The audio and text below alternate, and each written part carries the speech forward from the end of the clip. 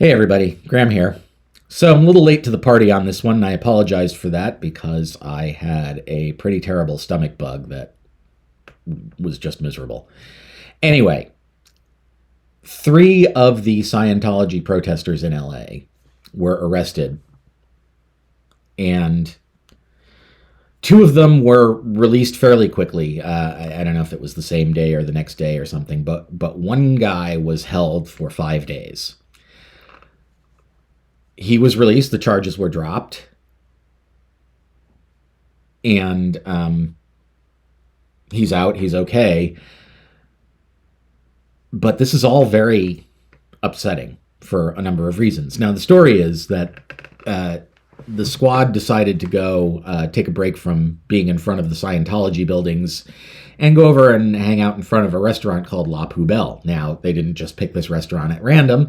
La Poubelle is frequented by a lot of people from the Scientology Center. It's as I understand it, right across the street. And this was a favorite hangout of one Daniel Masterson. And in fact, one of his victims testified to the fact that La Poubelle was the place where he drugged her. The owner of La Poubelle wrote a letter in support of Danny at his sentencing, just the same way that Ashton Kutcher and Mila Kunis did. Ashton and Mila got a lot of flack for it because they're celebrities. The owner of La Poubelle is not a celebrity, at least not on the same level. She might be a local LA celebrity for all I know, but I don't really follow that kind of stuff. But the protesters decided that they would go and, sort of let people who were going in and out of the restaurant know, what the owner of the restaurant is all about. I guess there were some difficult interactions, but as with the assault on Aaron Smith-Levin, this is all on video. And anyone who watches the videos can see the truth of what happened.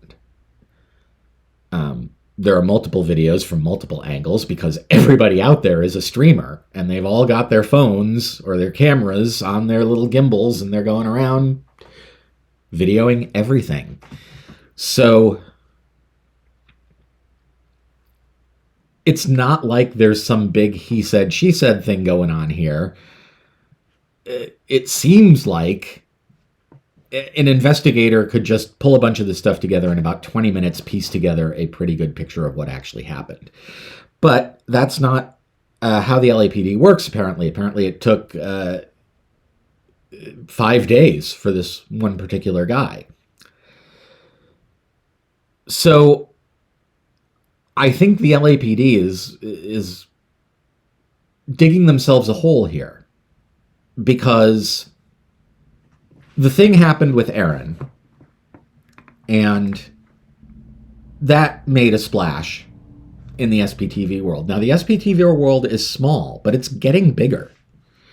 These channels have a lot of viewers. I know that they likely share a lot of viewers between them, but the bigger it gets, the more people who are doing videos about this stuff, it just attracts more and more attention. And the LAPD is attracting a level of attention that I think they're not going to want. And by doubling down on this behavior, it's looking like a pattern in practice.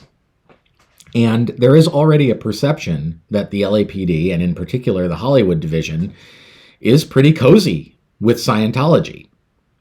So there is at least the perception, as I say, that maybe the church is calling the shots here and the LAPD is doing their bidding. And that's not a good look for the LAPD. And in particular, since I think, that there's a lot of this publicity for the church, this relationship may come under some scrutiny and it may not be good for the LAPD. And I'm not inclined to get too upset if the LAPD takes a hit for this. I, in fact, hope it's a real hit and not just a PR hit. I would really like to see the people with the ties to Scientology. I'd really like to see them sanctioned in some way for that, because the police are supposed to be out there for all of us, right? They're supposed to be protecting us against crime. Arresting people who are not committing crimes is not doing that. And it takes police resources away from people who need them. I've never been a fan of the LAPD. I used to watch the show Cops back when it was a thing. I don't know if you folks know that show. It was basically just a film crew would go riding along with the police department. And I could never watch the LAPD episodes because they would always just casually violate someone's civil rights. They'd just roll up on some guys standing on the street and start demanding ID and patting them down. And, they would use excuses like it was a known gang area and stuff like that. But just because the police declare something an area, I don't think gives them the right to violate rights like that. And while I'm sure that they can find compliant judges who will let that kind of thing slide, I think when it becomes a pattern, and it has been a pattern for decades, this department needs to be looked at closely by someone with the authority to do that. Anyway, that's it. I would encourage you to check out some of the channels that are covering this stuff. Growing Up in Scientology, Aaron Smith-Levin, of course, he has, even if he does not have the most detailed report on something, he will give you links to people who do. But in addition to Aaron, there's Down the Rabbit Hole News. Rabbit's doing a lot on this.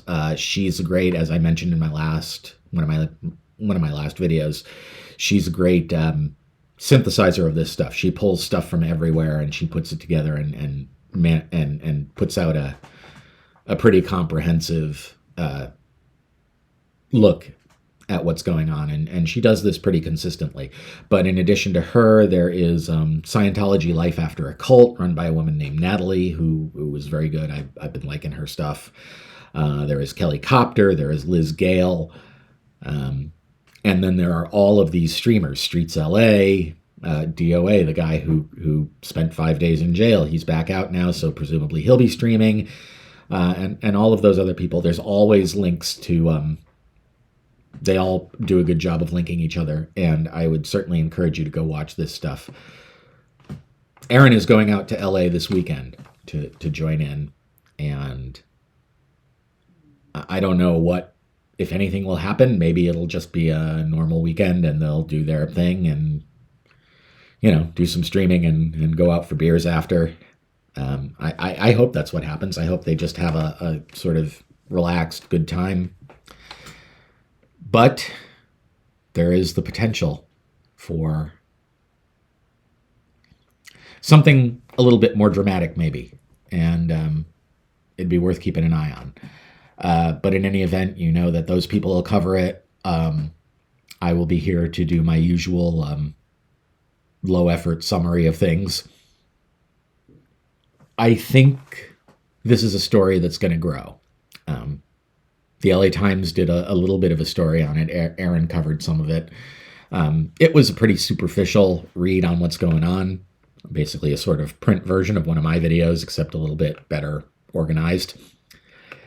But there is the potential here for some enterprising reporter to really dig into this relationship between the church and the police. I think this story is going to grow, and I know the streamers aren't going to stop. So I encourage you to pay attention to this, because at the very least it's going to be interesting, and at the very best we might get to see a major crack form in the facade of that big blue building in LA. So I will catch you guys in the next one. Hope to see you all soon. Graham out. Bye.